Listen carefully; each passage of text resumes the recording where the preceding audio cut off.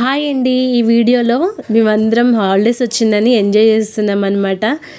Books recycle ఎలా చేయాలో hi నేర్చుకుందాం. ఫ్రెండ్స్, అందరు ఎట్లున్నారు? అందరూ బాగున్నారా? సమ్మర్ వచ్చేసింది కదా, మంచిగా హ్యాపీగా జ్యూస్ వాటర్ మంచిగా తాగుదాం. ఎందుకంటే డీహైడ్రేషన్ నుంచి మనం బాడీని కాపాడుకుందాం.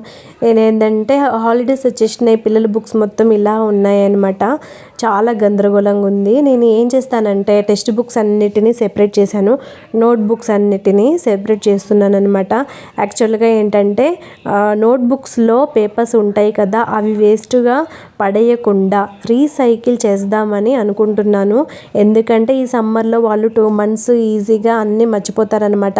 నేను అన్ని మ్యాథ్ సబ్జెక్ట్ అయినా ఏ సబ్జెక్ట్ అయినా వాళ్ళకి రీకాల్ చేసి మంచిగా సబ్జెక్టు మర్చిపోకుండా నేర్పిద్దామని చెప్పేసి నేను ఇలా బుక్స్ వేస్ట్ కాకుండా టెక్స్ట్ బుక్స్ని సెపరేట్ చేస్తున్నాను. నోట్బుక్స్లో ఉన్న పేపర్స్ని చింపేసి వాటిని ఇంకా రఫ్ బుక్గా తయారు చేద్దామని అనుకుంటున్నాను. ఎందుకంటే పిల్లలకి ఏమైనా నేర్పించవచ్చు, ఏమైనా రాపియవచ్చు, టెస్ట్ పెట్టవచ్చు అనమాట.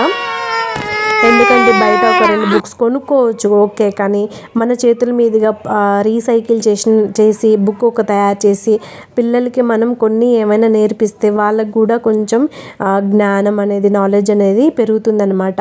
చూడండి, ఇది బుక్స్ ర్యాక్ అనమాట. చూడండి ఎంత చిందరవందరగా ఉందో.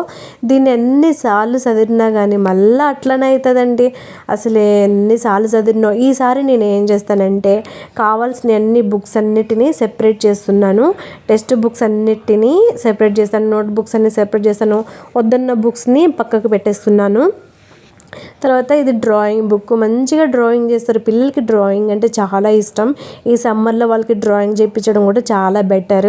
కొంచెం చదవడానికి ఇంట్రెస్ట్ వస్తుందన్నమాట. పిల్లలు కదా, అమ్మ తట్టుకోలేం వాళ్ళ గోలని.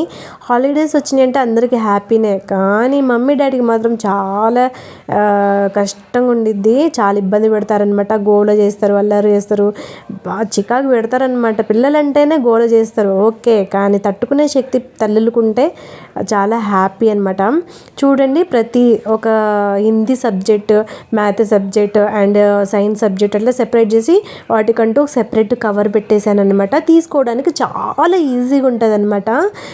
తర్వాత నేను ఇలా అన్నీ సెపరేట్ చేసుకున్నాను. మంచిగా ర్యాక్లో కూడా సర్ది పెట్టుకుంటాను. తీసుకోవడానికి చాలా ఈజీగా ఉంటుంది. మళ్ళీ చదివించడం అయిపోయాక మళ్ళీ ఆ కవర్లోనే పెట్టేసుకోవచ్చు అనమాట. ఇదైతే చాలా లాజిక్ బాగుంది. ఈసారి నేను ఫస్ట్ టైం ఇలా చేస్తున్నాను. ర్యాక్ కూడా చూడడానికి నీట్గా ఉంటుంది, తీసుకోవడానికి ఈజీగా ఉంటుందన్నమాట.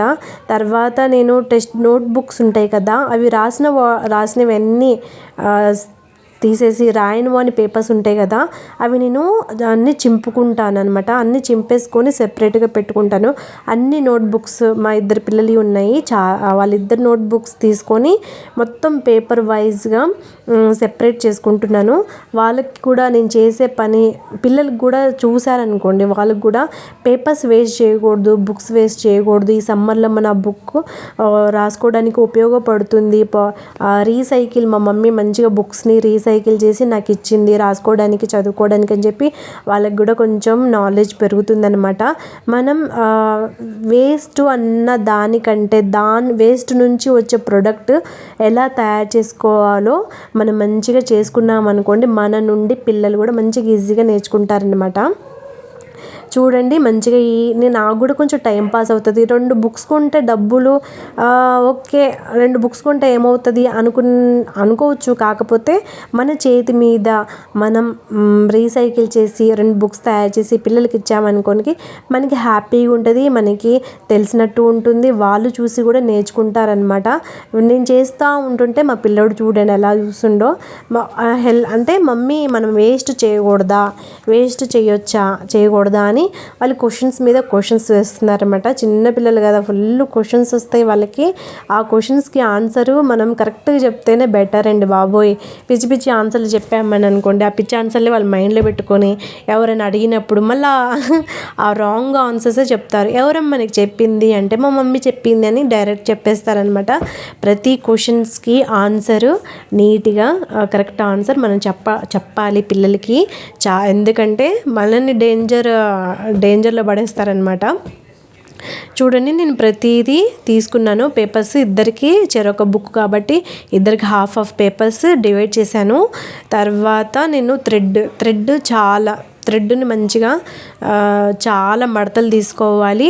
తర్వాత ఈ పేపర్స్కి 3 హోల్స్ పెట్టుకోవాలన్నమాట. 3 హోల్స్ పెట్టుకొని ఈక్వల్గా అలా ఒక హోల్కి అలా కట్టేసుకోవాలి. ఎందుకంటే పేపర్స్ లూజ్ అవ్వవు. మళ్ళీ ఇంకో హోల్లో థ్రెడ్ పెట్టేసి మళ్ళీ అక్కడే కట్టేయడం వల్ల పేపర్స్ లూజ్ అవ్వవు అనమాట. మనం బైండింగ్ షాప్లో కూడా ఇలాంటి పేపర్స్ ఇచ్చామనుకోండి, వాళ్ళు కూడా స్టిచ్చింగ్ ఇలానే అంటే బైండింగ్ ఇలానే చేసి నీట్గా ఇస్తారు. అదే మనం ఎందుకు చేయకూడదు? మన ఇంట్లో మన చేతుల మీదుగా చిన్న పనే కదా, టైంపాస్ కూడా అవుతుంది, మనం పిల్లలకి నేర్పించినట్టు ఉంటుంది, మనం చేసిన బుక్ మన చేతుల మీదుగా మనం రాసుకుంటే హ్యాపీగా ఉంటుందని. ఇది చిన్న బైండింగ్ వర్క్ అండి, ఈజీగా ఉంటుంది, ఎవరైనా చేయగలుగుతారు. బైండింగ్ షాప్లో కూడా ప్రతిదీ బుక్స్ ఇలానే స్టిచ్ చేస్తారనమాట. కాకపోతే వాళ్ళు పైన అట్ట గట్టిది పెట్టిస్తారు, మనకి అవి దగ్గర మిషన్స్ లేవు కాబట్టి మన చేతుల మీదుగా చిన్న బైండింగ్ షాప్ లాగా ఇలా తయారు చేసి పెట్టుకోవచ్చు. చూడండి ఎక్కడ హోల్ దగ్గర అక్కడే ట్యాగ్ చేసుకోవడం వల్ల పేపర్స్ లూజ్ అవ్వవు రాసుకునేటప్పుడు. ఇలా నేను స్టిచ్చింగ్ చేసేసాను. 3 హోల్స్ పెట్టేసి మంచిగా నీట్గా ఒక బుక్ అయితే రెడీ అయిపోయింది. సరే పైన చూడడానికి నీట్గా లేదు కదా, ఒక బుక్ అట్ట తీసి పెట్టి చూశాను. పేపర్స్ ఈక్వల్గా అంటే అట్టకి ఈక్వల్గా లేదు కదా. అందుకే తర్వాత నేను ఏం చేశానంటే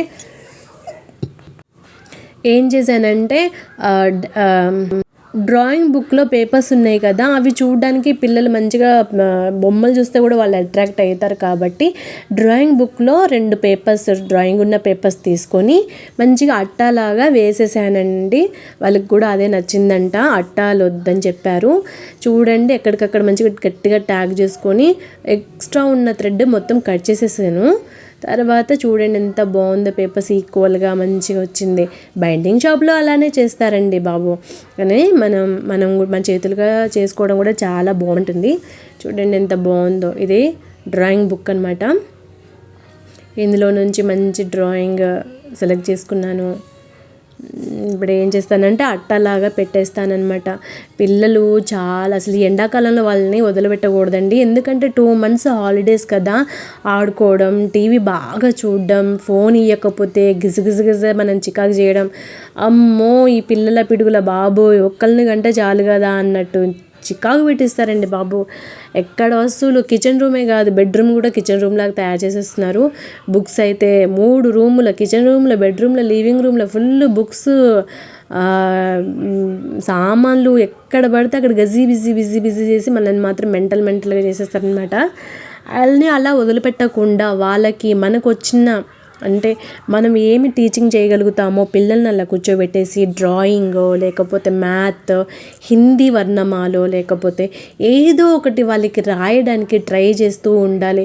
ఓకే మనకి బైండింగ్ చేయడం కుదరదండి అని అన్నా కానీ డ్రాయింగ్ బుక్స్ తీసుకొచ్చైనా వాళ్ళకి డ్రాయింగ్ చేయించాలి, పెయింటింగ్ చేయించాలి. మనం ఇంట్లో కూర్చోబెట్టి పిల్లలకి ఏం చేయించగలుగుతామో అవి చేపిస్తే వాళ్ళు హ్యాపీగా చదువుకోవడం కూడా ఇంపార్టెంట్ లైఫ్లో అని వాళ్ళు హ్యాపీగా ఫీల్ అవుతారు. చదువుకోవడం ఇంట్రెస్ట్ ఉంటుంది.